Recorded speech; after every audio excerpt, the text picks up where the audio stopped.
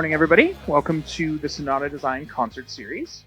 We're super excited to present and talk to you guys today. So we'll start off with a little bit of introductions. I'm going to let the panel introduce themselves. Nancy, if you want to take it away. Hi, my name is Nancy Bosscha, and I'm an instructor here at Bow Valley College, both in the interior decorating and the kitchen and bath programs. You want me to say more? Sure, yeah. Why don't you go into a little bit of your the full background. Okay, so I started off as an architectural technologist. I then went back to school as a quote-unquote adult to do my bachelor's of industrial design, and I've just recently graduated with a master's in fine arts and design thinking. Yay! I've been teaching here at the college for 2 decades now, and I've seen the program grow over the years. So I started here at the college teaching a CAD drafting program, and I was teaching AutoCAD to the interior decorating students. When the program changed from a certificate to a diploma, that's when I started teaching more of the courses and have taught pretty much all of the courses in interior decorating and about half of the ABD classes. Perfect. We'll go to Helen next. Hi, I'm Helen Nartakhov. I'm a full-time instructor in both IDD and KBD program. Have been teaching at the college for 7 years now. My background is Ukrainian, so I moved to Calgary in 1999 and went and studied Bachelor of Interior Design applied degree. I had experience working with some high-end furniture stores, doing custom projects like custom upholsteries, custom window treatments, and then I have changed completely and went into corporate design. So I've done office design, and then I changed again and I went back into residential, but doing more of custom constructions, kitchen and bathroom constructions. And then at one point, Eugene actually told me that they were looking for instructor here at Bow Valley. So I thought it would be a good time for a change again. And I really enjoy doing that for 7 years now. Hi, my name is Eugenia Gajanov. I'm also from Ukraine and came here a little more than 22 years ago. I graduated from interior design program at Montreal University more than 17 years ago, and went into a little bit of commercial design. Then I was in residential design for many, many years, mostly in kitchen and bath renovations and doing a lot of design for cabinetry and millwork. I did take my WELL accreditation, so a well-accredited professional, and I started my own company 2 years ago. So at the same time, teaching at Bow Valley College for 6+ years now, and my true passion is with health, design for health and wellness and sustainable design.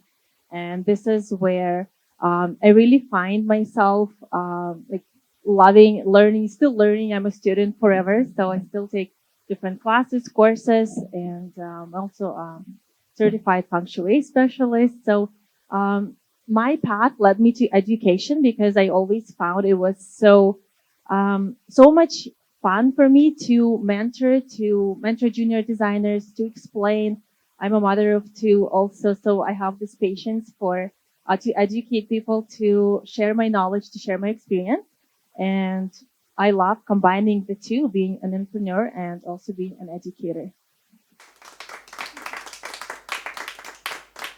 Hi there, my name is Allison Atkinson, and I'm born and raised in Calgary.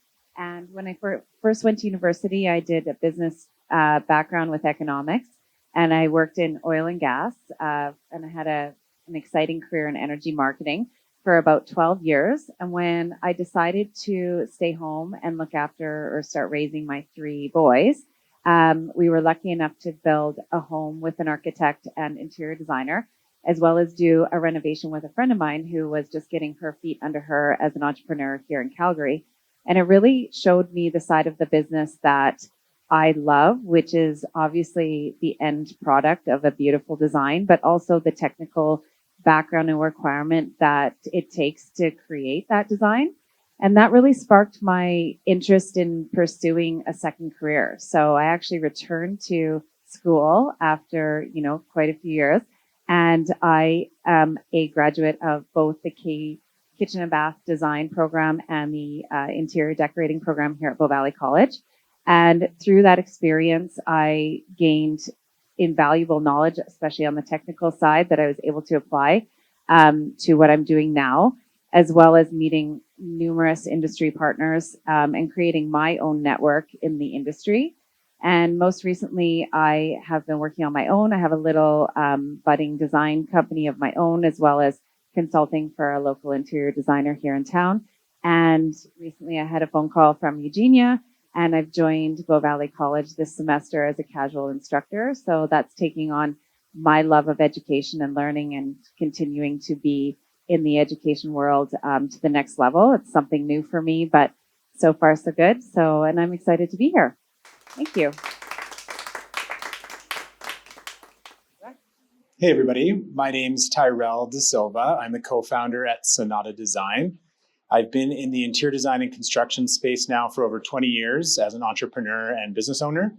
I've worked a lot of different roles, but the core mission of Sonata is to support designers and decorators inside the community by offering a variety of different knowledge tools, support, and products, primarily around window fashions, lighting control, wall covering, and smart home integrations, including low voltage data, speaker, etc.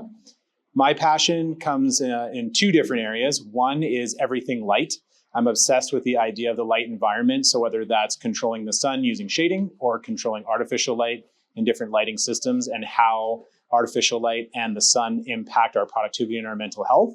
And I'm extremely passionate about helping designers, decorators, entrepreneurs in general in our industry by improving their businesses, their systems, and their technology. And that's a really big reason of why we started the concert series, was to do more than just promote ourselves on social media, but to create a lens or a platform that people could learn and explore more about what design, decorating, construction, and architectural design mean. And that's why we're here today. Perfect. Thank you very much for that, guys. So the first question, we're going to start off with a super easy one. So just tell us a brief overview of the program here at Bow Valley and how it prepares for students for success in the industry. And we'll start with Nancy.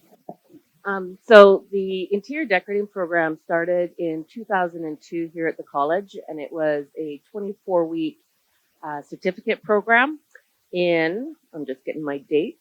So in 2008, we actually changed it from a certificate program to a diploma program. So in 2009 was our first graduating class for the interior decorating diploma program. In 2017, we started offering our kitchen and bath program, which is a post-diploma program here at the college. The post-diploma program is an extension of the interior decorating.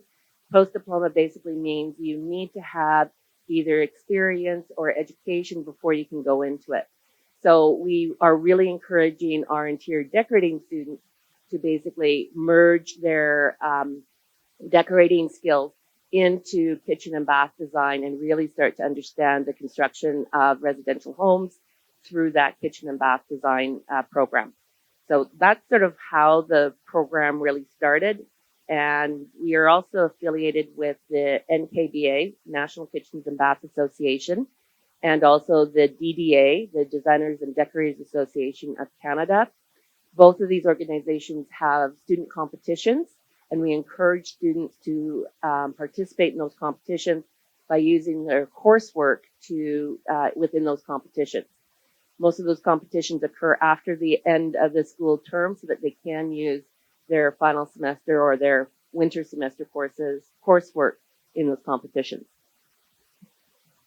Thank you, Nancy. And I'll add to that. So because we are affiliated with NKBA, currently we have NKBA student chapter running here at the college, and it's run by students. And this year we have started an event, sustainability event. So we held this fall at the college.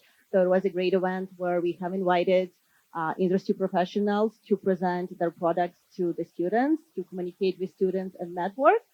Something we are really proud of and are going to run for more years to come, I hope. So yeah, so that's one of the ways how we are connecting students with NKBA and to the industry as well.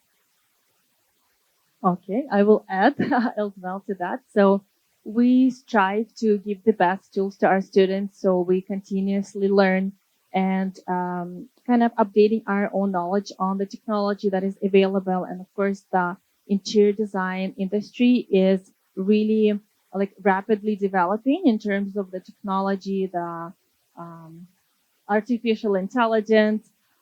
So the students are learning the best tools, and we strive to help them to find their own talents, to find their passions, their strength throughout the program. So this is something that I'm really passionate about, just to help them see to find that true essence, what they're really passionate about, and to incorporate that into their own set of skills and services in the future. And also, trying to get that creative thinking going, that critical thinking, and giving them all the tools to be the best of the best in this industry. Yeah, and just, I mean, I think I should add, just being a former student of Bow Valley College, I can contest to what all these ladies have said. I found that when I left the doors of this school, I was ready to go into the workforce. I was current. I had a lot of knowledge, and most importantly, I had the ability to learn, especially in the technical environment. So, a lot of designers do rely on AutoCAD, but of course, that can spread a little bit further into other technical programs like Revit, etc. But it's certainly knowledge that allows you to have the confidence to build on, which is key, especially with applying. So I found this education to be extremely applied, current, and really invaluable, to be honest. And actually, to your point, Eugenia, about establishing people's passions, I did have that feeling when I was here at the college. And it certainly was something that crystallized what I was going to take forward into my career. So I agree. Perfect. Thank you. That was go ahead, Nancy. Yeah, I was just going to add one additional thing. We also work with industry and community partners in coursework. So what we call work integrated learning. So students always have, in most semesters, they're either working with a real client in one of the courses, or they're working with an industry partner in selecting specific products for the spaces that they're decorating. So we encourage that kind of relationship beyond the doors of the classroom, so that the students start to build that relationship with people in industry, but also how do we communicate, how do we work with a client, and how do we present to a client.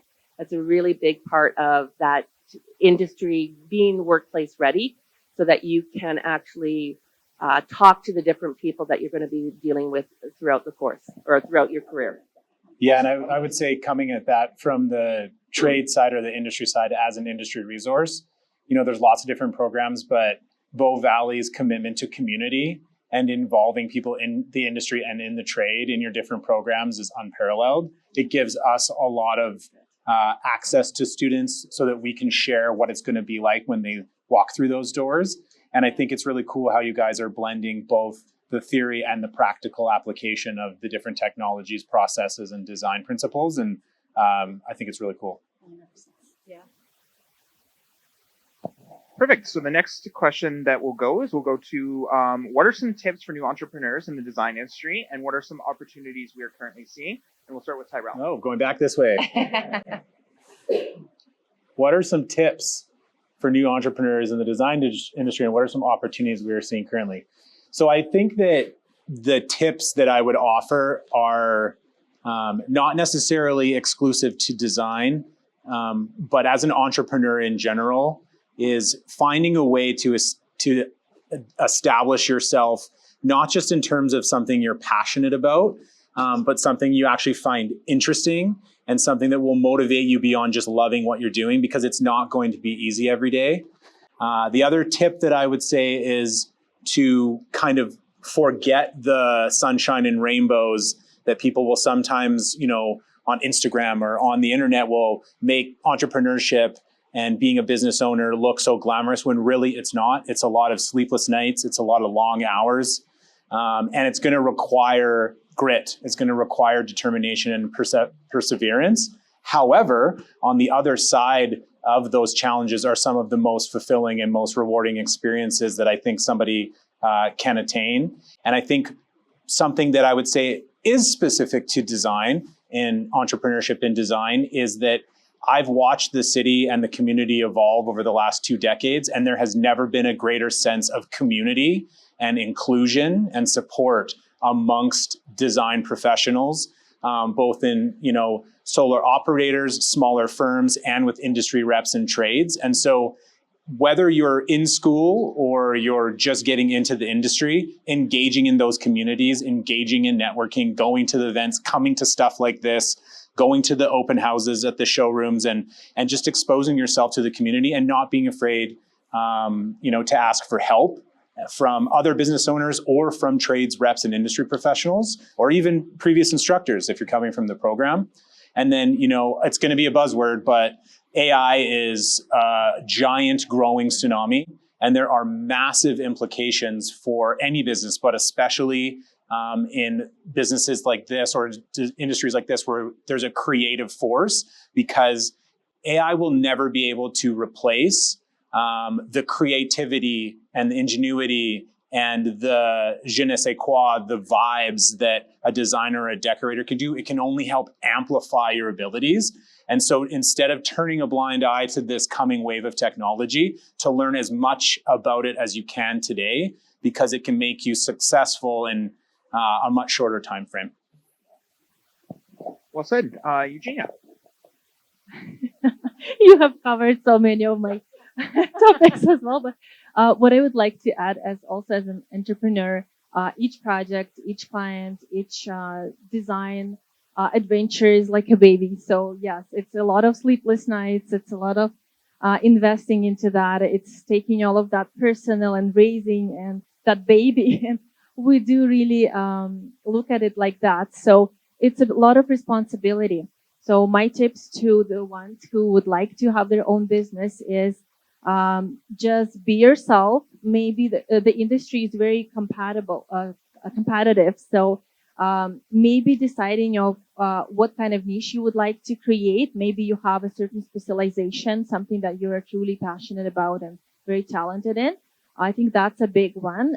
To be able to provide those unique services that open up your personality and provide you to the industry, and also be adaptable. So this technologies changes all the time. You have to always keep on top of that and not to get stuck in the old ways, because it's moving really fast. And I found that that's what helped me to be to keep that passion, because we're all creative. It's all about creativity, but at the same time, it's about being technologically having that support from the technology. We all like working on creative things. I'm a big fan of AI, but AI now helps me to move things faster because of the some of the manual things that I don't have to do anymore. So I am a continuous learner of the technology and a big fan of it. And also connections with people. So it's all about people after all, right? It's not about, so no matter how great your project is, you need to be able to sell it. You need to have these people around you to keep that strong connection with clients, to keep that strong connection with industry professionals, your suppliers, your trade people, making friends with them, having those, what's the word? Yeah, it's a partnership, of course. Yeah. So yeah, that's my advice. Thank you. Perfect. Next question. So what are some trends you're noticing in the industry? How about new technologies? And we'll start with Nancy. We'll just sort of continue with that AI story, because it is huge. It's more than just a creative outlet. It is potentially problematic. There are definitely problems with it, and a lot of people in the design industry are very acknowledging of the problems. AI does not take into consideration the physics of the real world. So a lot of times you'll see something from AI and you'll go, oh, that's wonderful, great, beautiful. However, you can't physically build it. So that becomes problematic as we go forward with using the technology. For rendering, for ideation, it's a really great tool. And even designers and architects are looking at how can we use AI to help us with our drafting so that we're not looking at reinventing details over and over and over again, but we can basically live off or use the knowledge from previously. So what that is starting to do is starting to break down the silos between companies, between industry partners, so that we can share those details a lot quicker with each other and do our drawings quicker, which is basically a benefit in timeline. So that's one of the big things. We keep talking about technology. We have AI, but we have VR and AR, so virtual reality and augmented reality. Most of our clients cannot or do not understand a two-dimensional floor plan. Myself, I don't remember learning how to read a floor plan. So I find it I think it's just such an easy thing to learn, but it's not. I'm learning that over the years. So VR is really a helpful tool for our clients to visualize the space more realistically. A photograph, a 3D rendering, they're beautiful, but you don't get the emotion that you get when you go into VR to experience the space. What it also helps, not only with the clients, but with learners in that tool to train people how to understand the two-dimensional floor plan in 3D by using VR and having VR as a tool so that you can self-correct, so students can self-correct their issues. Also for designers to self-correct things. We always need extra tools to help us out with that. So VR and AR definitely help as tools to build understanding. The last sort of technology one that I would look at from sort of the industry side of things would be building information models, or BIM. They've been around for decades and decades, and a lot of larger projects cannot actually work without a BIM software. This helps to do quoting. It helps to communicate project information. It does all of this other stuff. It is now getting more and more important in smaller projects as well, helping to reduce timelines and things like that. So looking at software like Chief Architect and Revit, they have some of those self-built-in applications that are very helpful. If we start looking at technology from the aspect of interior design and decorating, we have a lot of things that are going on there. One are sort of the hidden technologies. So hidden lighting, hidden sound, hidden televisions, where they aren't intruding into our lives all the time, but when we need them, we have them available for us as we go forward with that. Would you like me to talk about some of the other trends, or? Sure, or we can open it up to the floor. Sure. Tyrell, do you want to talk about some technologies that you've implemented with Sonata in the last couple of years that have kind of changed things? I think I would dovetail off of what Nancy said there. I think that concealment is huge. We're seeing shading, lighting, sound, all starting to live literally behind drywall, in ceiling pockets, in recess.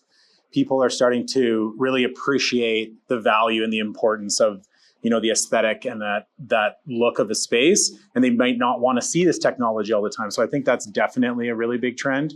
We're seeing a really big push material-wise into organics. So we're seeing a lot more naturals, grass cloths, wovens, lots of linens, and organic textures like cotton are coming back into play, both in upholstery, drapery, and wall treatments. And then I think there's also a really big trend towards all things like biophilic design. That connection to the outdoors. We've seen people speccing reflecting ponds in Calgary, which I've never seen on plans before. And I think that connection to nature is really important. And then again, I'm a lighting nerd, so I think that human-centric lighting and tunable lighting is another massive trend that's, here to stay. Lutron Ketra is the leading technology, but there's a lot of people that are coming up behind them that are a fraction of the price. Dim to warm pot lights where they go from 3,000 to 1,800 Kelvin instead of static white dimming, so it's warming the space. So I think that whole sphere of light and light control alongside concealment and technology is a big trend that I see. And I also see the trend of layering more lighting, like more layering of lighting, so that depending on the type of activities you're going to be doing, you have different lighting, like different temperatures in the room, whether or not you're looking at lighting to basically help you to navigate spaces so that you don't have to turn on the overhead light. All of those types of things are really becoming really big in terms of, like you said, it has to do with biophilia, but it also has to deal with dealing with all the senses. So looking at designing for all of your senses, not just one sense, and that builds into that wellness. So looking at that holistic environment that you're building, where you are looking at not only physical comfort, but you're also looking for emotional comfort and also mental comfort when you enter your homes. They are our sanctuaries more so now than they have been in a long time. So all of these things sort of feed into each other to create a space where you have that place away from the chaos of everything else. Could I add to that? So as a specialist in health and wellness and design that works best for the feeling or like the emotional, the mental health and physical health of the occupants of the building, I see this trend going into something even bigger, like the house becomes an organism. And we now all have like those smartwatches, the wearables. I have seen their news, like there's rings that you can wear as pendants that read your emotional state, that read your physical like it sensors how you feel right now. It does have a capability of censoring whether you are dehydrated, whether you had lack of sleep, or whether you're feeling great and you're ready to go to a gym, for example. So having all this interconnected with like a smart home technology, and then I see that in the future our homes will be able to read each occupant's state as of right now. What do they need? And the house could be adapting to this health state, to the needs of the occupants, to their moods, to their requirements right now. So changing the light, changing that human-centric lighting, that is changing the temperature, changing maybe even like the quality, not the quality, but like the content of the water and the nutrition and the minerals, and giving us advice on what we need to eat right now for breakfast. And these all being interconnected and built into our house, our spaces. I'm really excited about seeing that in the next 5 years. So yeah, no, that's really. I think it will be very fast. It's very fast because they are already starting to do a lot of this in smaller sort of little pockets where they, like you said, with the smart technology, personal smart technology. But when we think about how easy it is for us to actually get our healthcare information, you can go online and find out all of your healthcare information personally without actually going through your physician these days. There are a lot of research where people are looking at how do they create these spaces that can connect with us. We really are getting into the Jetsons. I used to joke about that about 5 years ago, but it's a lot closer than we probably think it is. And the research is going on, and it is happening on a sort of fast track right now. Imagine, Nancy, your house will be saying, Nancy, you need to drink some water. Nancy, you need to drink some water. You cannot go to sleep right now. I want my house to tell me when to drink wine. We're kind of beating this topic to death here a little bit, but I think it is so important. And I wanted to add, just as a student and graduate of this program, looking back, my two most inspirational topics that I learned of here at Bow Valley College was universal design and sustainability. Both those two really ignited something, and I think with the majority of the students, clearly the instructors are passionate on that topic, but it is something that is playing into the design trends, as Terrell mentioned. Like we're seeing, natural colors. We're going back to natural stone on countertops. We're kind of leaving some of that bland computer created quartz behind, and what we're going to earth and to what we can do best for the earth. So I really, as a graduate of both of the programs here at Bow Valley, I was absolutely fired up about those two topics and how can we improve our living world around us. So yeah, if there's any plug to anybody on Bow Valley on that, you guys nailed it. Awesome. So it's a good transition point to kind of talk a little bit more about entrepreneurship. We're talking about trends. So what are some times maybe early in your career where you experienced failure or a project didn't go as well as you thought it would, and what you learned from that experience? And we'll start with Eugenia. Thank you. Yeah, this is some of the fun stories that I like sharing in class, when especially any challenges with lighting and color projects. Of course, early in my career, I've done a lot of mistakes that I learned from. And I think the biggest challenges are the color and light. Just because when you just start designing for clients and you tend to select something from like a little chip of color, and then you walk into the project and everything is painted into something that you did not plan for.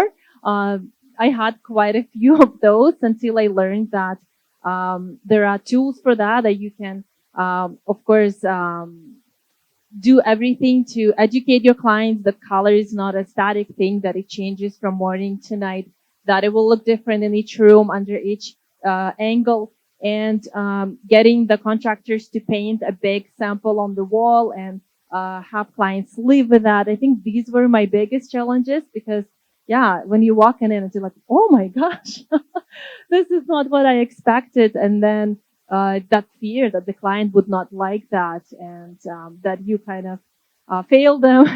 This is not a nice feeling, but you learn from those things and you get over and you move on. And that's how you get your experience. And that's the value that you bring after 5 years, 10 years, 20 years.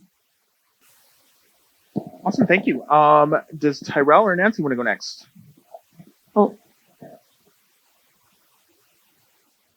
So many times. I don't know, early. I mean, even last week. No. I've said this before, but I think I remember the first time that I should have hired somebody and I didn't. And I think that, in that season of entrepreneurship, I think we were about year 4. And I would say we're actually in a really similar cycle right now where it's just so busy and there's so much growth and there's so much complexity that I've struggled, and I'm actually struggling today, and I would say failing today, in letting go of control and in trusting the team and empowering the people around me. And so I would say I actually didn't learn from that experience in the same way I should have. But I think it's about, creating processes and documentation and a system so that you can empower the people around you. And we're continuously trying to get better at doing that. And so what I learned from that experience is that I still have a long road ahead of me of doing that. And that at some point, you have to sometimes let go of control. I know that's looking at it from a business lens and not a project lens, but that's my experience. well, sometimes you have to let go of the project too. One of the big things that I learned is in the multiple facets before I started educating, I was in the industry for almost 20 years, working as designer, project manager, sales rep, or sales designer, all those other kinds of things. So as a project manager, one of the things we had to do was create change orders when issues went wrong. So I was helping out a coworker where they were out of town, and one of their projects, I was working in a manufacturing plant, and there was something wrong with the project. And so we had to get the client to sign a change order. We were in Calgary, they were in the East Coast of the US. So we're trying to get this done, this change order signed before their end of their day. So we're rushing around trying to get it done, trying to make sure that we have a solution in place so that we don't delay the timeline and all that kind of stuff. And we succeeded in that. So that seemed like a success. And we were all happy. until the change order went down to the manufacturing plant and they go, what project is this for? So the number that was given to us for the project was the wrong project number, and there was no issue with this project. And I had spent half the day running around like a chicken trying to get this change order signed, and I was so PO'd. So I had to then the next day, because they were already gone and I was really mad, had to phone the client and say, please tear up that change order. So one of the big things that I learned about that is to not jump into other people's problems, where you need to sort of ask all the questions. I've really become, and I try to work on this. I'm not always good, but I do try to work on this, is ask why. Why are we doing this change? Double checking things, triple checking things, finding out, you know, what is the issue, and not just assume that people who are telling me the information actually have all the information. Perfect. Well said. Does anybody else want to add anything to that? I can add just one sentence. I always say to my students in classes that there is no project that runs smoothly.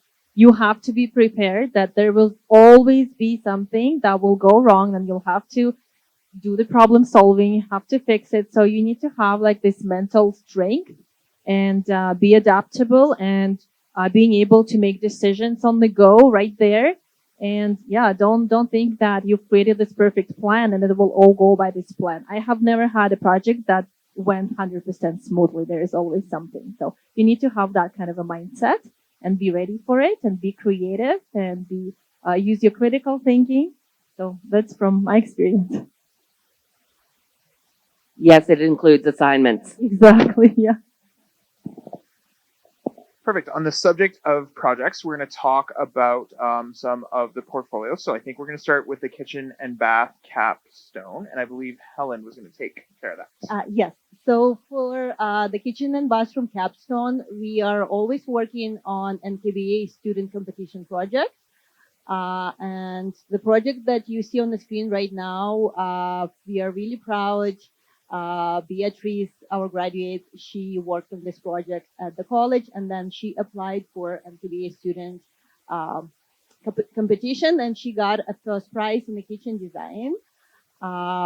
So yeah, so we have this project like every semester there is a new project, and our kitchen and bathroom graduates are working on that project, and we always encourage them to apply to the competition, and hopefully you're going to see more winners. Yes, it's an international, NKBA is an international organization. So when we talk about the national chapter, it's actually down in the United States. So this is a really huge, huge deal. Perfect. And then the next one on here is a bathroom. So the bathroom will be for the same. So again, that project was done by Beatrice and would be in the same package. So it is usually kitchen and bathroom package for the same client and same project. Awesome. Next one on here is the IDD capstone. So for IDD capstone, we usually work with real projects. So on the screen, you're going to see design, like different group designs for the same project. So you see the same room, but different selections and different interpretations. So these are examples from last year project. So so again, this is where we really like to make a connection and teach our students how to communicate with real clients. So they get to interview the clients and then do the real life presentation to the clients and making all materials, finishes, furniture selections, accessories, and then do the final presentation in rendering using SketchUp program. And sometimes we use Enscape, right, for rendering as well.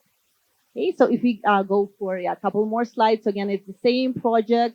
We're usually working on a couple of spaces within the same house.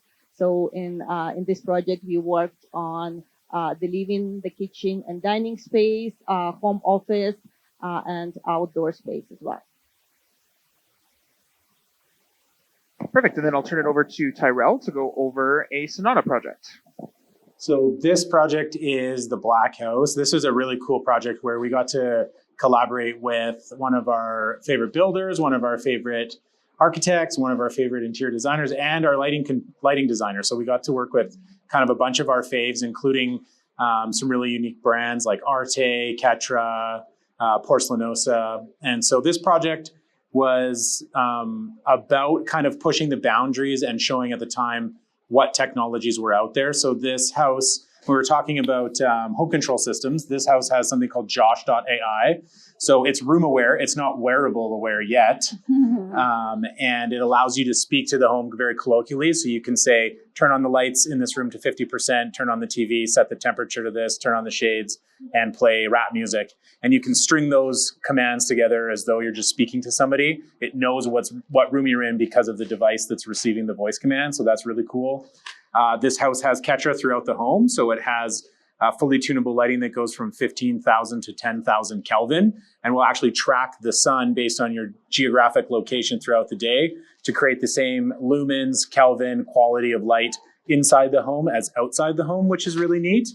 And then there's some really neat other finishing materials like Creon, which is a solid surface material that's moldable. And so I don't know if the pink bathroom is in any of these slides, but there's a room that's basically wrapped in pink crayon, and then the white version of it is actually provides air purification. And then because of the budget on the project and the fact that we weren't able to implement actual marbles, there's some really unique Alpi Verde, which is a green marble porcelain. And so there's lots of unique elements in here. The house was designed basically around light, materiality, and then symmetry. So the house architecturally could be folded in half on its x-axis and its y-axis by dimension. So really neat. Awesome. Perfect. Can we give a huge round of applause to all of our panelists? You guys did great. We're now going to open up the floor to general Q&A. So I'll come around with the microphone. If anybody has any questions, shoot them. You mentioned all of your outside of school projects and work and such. How would you manage your time? Well, I can comment as a new teacher. It's challenging, but I've been pretty open with my students, two of my students here, just about feeling a little bit like the ball's rolling quite quickly and I'm trying to follow it. But, it's really about paying attention to the needs in front of you right now and what fires are under your control right now. And it's really the skills you've developed in other or facets of your life. So just keeping up, keeping true to your word, keeping true to your commitments, reputation's everything, and your integrity and tenacity go along with that. So it's about promoting yourself and promoting, and taking the opportunity in life to say, hey, this is what I really want to do. So I'm standing behind it and we're going to make it work. So, and hope you don't get sick in the process or something. But that's my thought. And then another thing about it is to, when students go, oh, it's so hard. Well, we're doing the same thing. Like we're, as a teacher, we are at the same level. We're putting the same effort that you guys are in terms of doing the assignments to make sure that we have coursework done, that we get your assignments marked in a timely manner, that we're either doing our other jobs that we might have or doing our other studies that we have, managing our families. So it really is a community that we are all doing the same sort of level of juggling. And it is time management and realizing, okay, this weekend, I'm just going to sleep.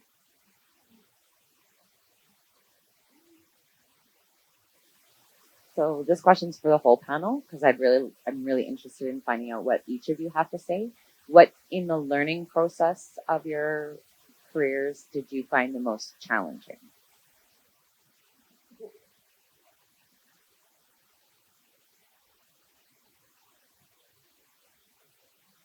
People. That's a great answer. That's a fair answer. I think the answer is people. in so many different ways. I think that it kind of ties back to what I talked about in terms of like a failure or that inability to sometimes trust and let go control. So, I learned about myself as a person. And then in the people that you surround yourself with, that's clients, that's, business partners or people, employees that you're in a working relationship with. That's, your partner, if you're lucky enough to have one at home. Like you learn so much as you go through your career, and you change so much that like you can never undervalue how important it is to have belief in yourself and to surround yourself with the right people. Yeah. And I learned that probably too late, but I'm super blessed with the people that I have in my life, in my business, and in my partnership at home. Yeah, I think the people is a good answer, and I think it's about communication as well.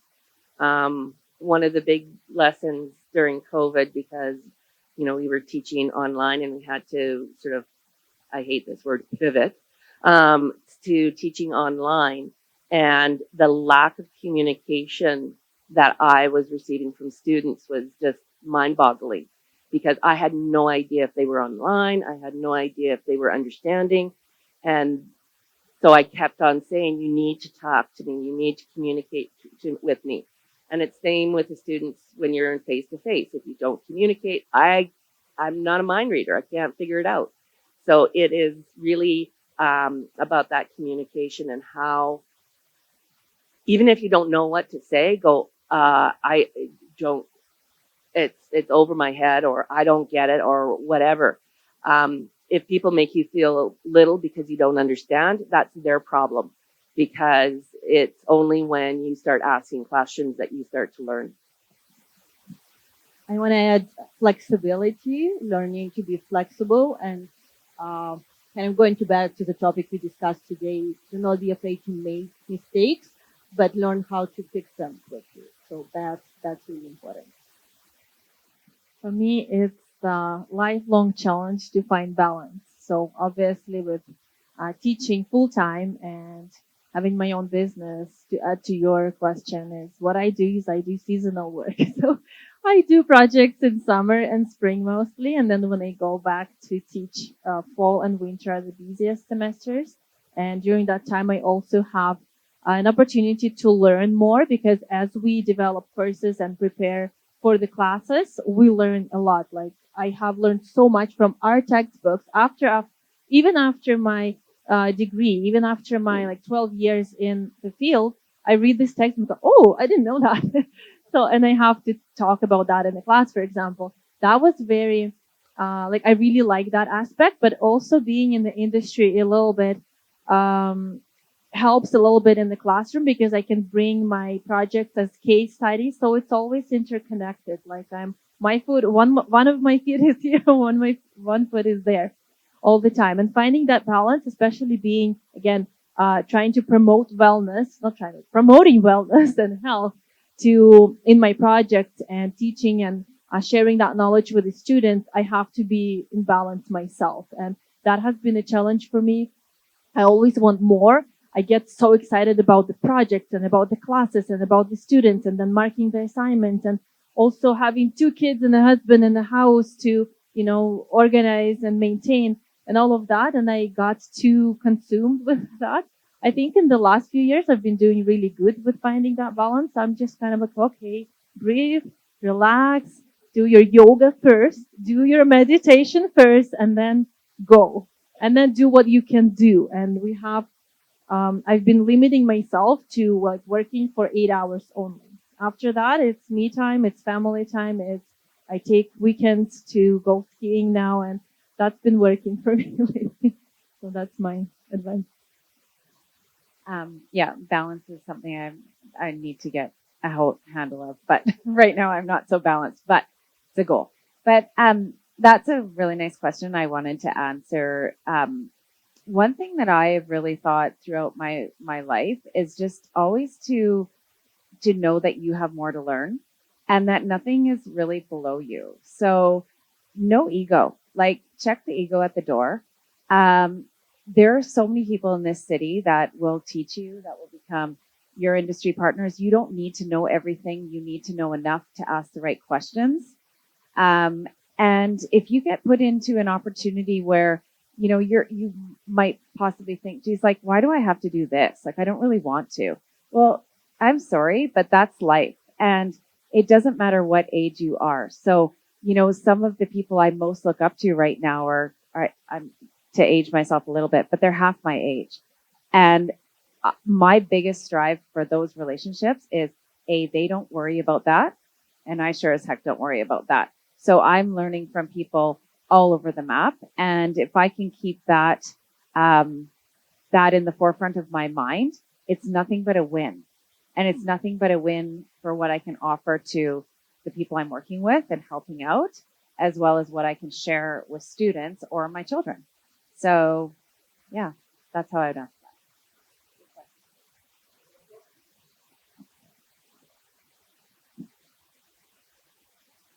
Hello. So along the same kind of lines as having your ego checked out the door, can you give us a little bit more about having shame or kind of being shy in the trade? Because I think that a lot of people struggle at the beginning with that. So maybe you can touch on that because there's a lot of listeners out there that are wanting to know what. So, I mean, I tell my students there's no shame, just go for it. But I thought you guys would do. I can answer that just as a, you know, as a graduate and switching careers and becoming that new person in something new. Um, there's no need to be shy. So I really find that people are really nice. Everybody's out there to help. You know, there might be somebody. It's different cultures sometimes might play into it. I recently was dealing with a trade who's Eastern European, and the two ladies out here might understand, but you know, a little bit abrasive. And so at times I was like, geez, does he not really think I'm asking the right questions? And then sure enough, as the day goes on and he's working on deficiencies, which most trades don't like to do, he, you know, settled in and we got our rapport going. So I guess my biggest thing is don't assume somebody else is more confident than you, and go into those situations with all the confidence in the world, and again, be humble. And yeah, you're building relationships, and so are they.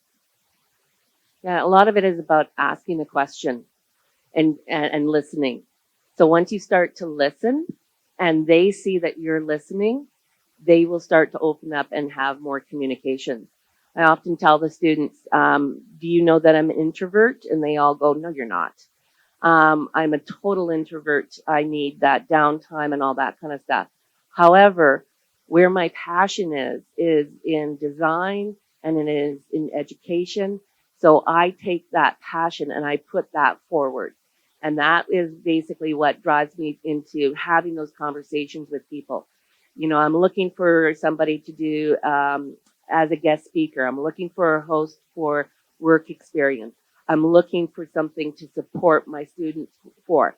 And that is what takes me out of it. So finding that passion and use that passion to move you outside of being that shy person. This is so true. I want to add this to this, Nancy, because it took me so many years to overcome the fear of public speaking. And I think the opportunity was when the college offered me a job as an instructor. And the first thing I thought was like, oh no, I'm so comfortable where I am doing the designs for people. It's already challenging to present your project to a client. And now I have to stand in front of like 40 students and say something. And then one day I just like, I have to go there. Like I feel that I have to overcome this challenge. And to what you're saying, Nancy, I think the biggest thing that helped me was to stop thinking about what I say, whether people will like me or not, whether I look good or not, and why everybody's staring at me like this is so uncomfortable. But to think about, okay, what I'm here like to give to people, what I'm here to share, the information, the experience. And when I concentrate on this, that oh my gosh, like I know so much. I've had so many projects. I've had so many experiences that I want to share. And when you start thinking about that, it just like, it just goes, you know, like I just can't stop talking. right? So our classes are 3 hours long, and sometimes like, oh, it's not enough time for me to explain this topic,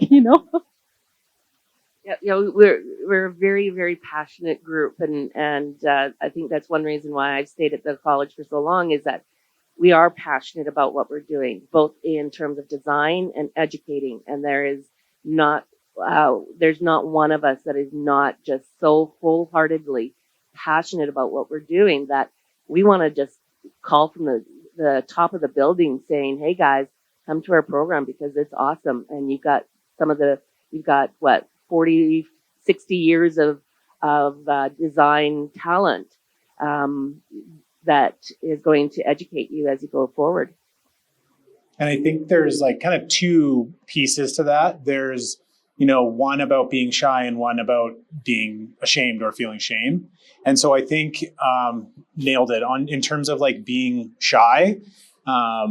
Almost everybody I've run across, whether it's, a designer, a contractor, a trade resource, they're always willing to help and asking the right questions. People love talking about themselves or talking about their trade or sharing their industry experience or their industry knowledge. And so it's not even, there's no need to work up the courage because even when they might come across gruff once they settle in and have their morning coffee, everybody wants to share and help other people inside the industry.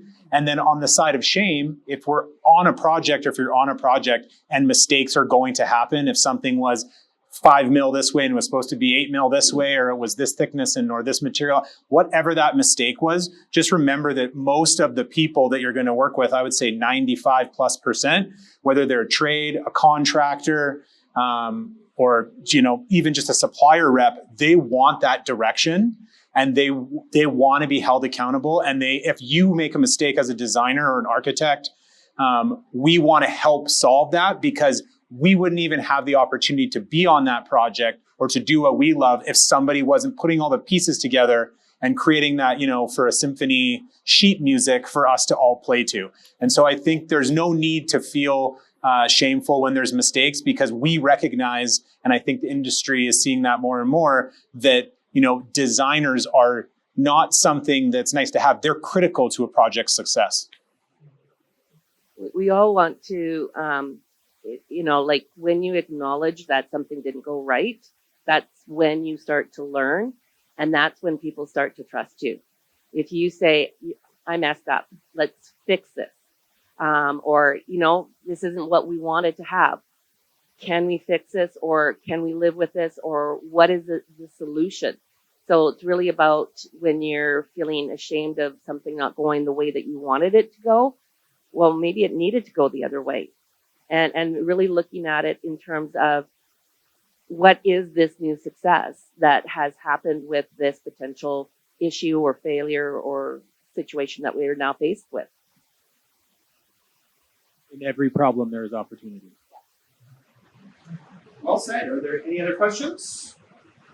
If not, I have a surprise one for the panelists. It's super easy. I'm not telling you my age. Okay, that's fine. I wasn't going to ask that. I'm glad we set some ground rules at the end. Perfect. Yes. So, if you could design for a fictional character, who would you design for, and what would you design for them? Oh man, who wants to start? I can start. My favorite movie is The Fifth Element. I can watch it, I watch it every year since 1998 or something like that. It's like, it's a classic for me. So I've always been a big fan of everything like futuristic and always learning these new tools and can't wait until we get there with like flying machines, flying cars and everything. So I would design, and we actually do have a project based on The Fifth Element that I think did I suggest this? Movie, yeah. So in real life, I would love to design something for that movie. I think it's genius. I think I would want to do Jetsons because when you go back, right? How old is this movie meant to be? Yeah. It's from the 1960s. 60. Yeah. I think it's late 50s, really, early 60s. yeah. So I was really fascinated about the technology they have in that cartoon, which was like 60s, right? But if you go back to it right now, you're going to see that a lot of things are already real, right? So I think it would be really fun to go back and redesign, like knowing what we know these days, right? And making it even like more fascinating and using smart home technology and yeah, like all the cool stuff. Well, I'm going to be the odd man out. I'm going to go back into history. One of my passions is sort of the turn of the 19th century and all the social, economical, and technical changes that we had at that point in time. Um, it would be really interesting to sort of, I don't know, I think I want to go to the Bauhaus school and be a radical woman in that school because they definitely placed women as the second person and the designer, interior designer in particular, and the crafts as sort of the secondary to the almighty architect. And I would like to change that. So I would like to redesign the School of the Bauhaus and their curriculum. I didn't study that at all during my master's. You've caught me off guard. I have so many things rolling through my head right now, but I have to just think of, I was thinking going back in time as well, because that's a passion of mine to read, medieval, even further back, but just for being born and raised in Canada, for me to go to Europe, every time I go, I'm just so wowed. So I think in my mind, it would be something to do with challenging me to go back in time, bringing some of that art history alive, seeing what the Renaissance was like, maybe just deep dive into that art history and that kind of architecture that we don't see here enough at all, and we never will. But to me, that would really fire something up. Yeah, stone, natural stone. I would just be helping out with the product side of all of the projects. Yeah, we got to improve the lighting from the Bauhaus because they didn't do it very well. Yeah, that'd be really cool. They had draperies back then. Build a castle out of panels and the draperies. Oh, nice. It's funny because one of the oldest trades in the world is actually window coverings. Yep. So masonry and stonework, Yep. flooring, and window coverings. They've been doing drapes since the beginning. Yeah, we used draperies. Well, we had to use tapestries for installation, and so they decided to make them pretty. And then we didn't really have windows because it was too expensive to cut holes. And then the only other reason that they had holes was so that the archer could actually point the bow and arrow out the hole when they were trying to kill somebody. But if you look at the old houses, the round houses from the prehistoric times in Europe, they didn't have windows, and they had usually a flap, like a drapery for the door, and some really neat. I was down at Stonehenge this year, so. Perfect. Are there any more questions? Going once, going twice. Perfect. Thank you. You got one more? This is for you, Junior. What's the difference between MRU and Bow Valley? Because you're a graduate. So, what is it like? You're talking about the interior design program at MRU. So it's a 4-year program. And when I attended the school, it was an applied degree. So we had 2 semesters that we went in the field and we worked for 3 months. And you're getting the Bachelor of Interior Design. And it's the part of the arts department. Here is the 2-year diploma for interior decorating. So if we compare the two, I find that the program that we teach here, interior decorating, combining with the kitchen and bath design, gives the students like very, very good base of skills, technical skills, creative skills, covering all the basics like principles and elements of design, visual communication, even more like business communication, how to communicate to your client. We have much more field trips, connection with the industry. We didn't have any real life projects. We have real clients and real projects here. The only aspect that is missing is that 1 year of commercial design, I would say, and that's it. Like there is not much. Like I would actually, if Bowerly College would offer like commercial design and interior design degree, I would rather study here. I think. Yeah. Yeah, one of the big difference is design versus decorating, and then also when you look at interior design technologists. So to actually become a licensed interior designer, you need to have post-secondary education, preferably a 4-year degree in Canada. So even the 3-year degrees, that's one reason why Mount Royal changed from a 3 to a 4-year degree program, was because of what the Canadian Interior Design Association changed their criteria as to who could call themselves an interior designer. And then to become a licensed interior designer, that process is now changing as well. So check with the on their websites as to what the protocol is, because they are now accepting people that have diplomas, but they then also need to have additional work experience and some additional education. So, but they are in the process of changing too, because they realize that the industry of the built environment, the interior built environment, is changing, and the education that is needed within that is also changing.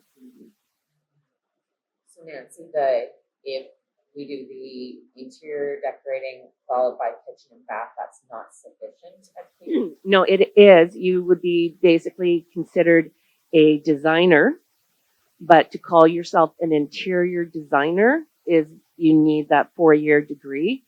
And that is basically sort of a mandate passed down by the Canadian Interior Design Association. Thanks, everybody. Thank you. Thank you.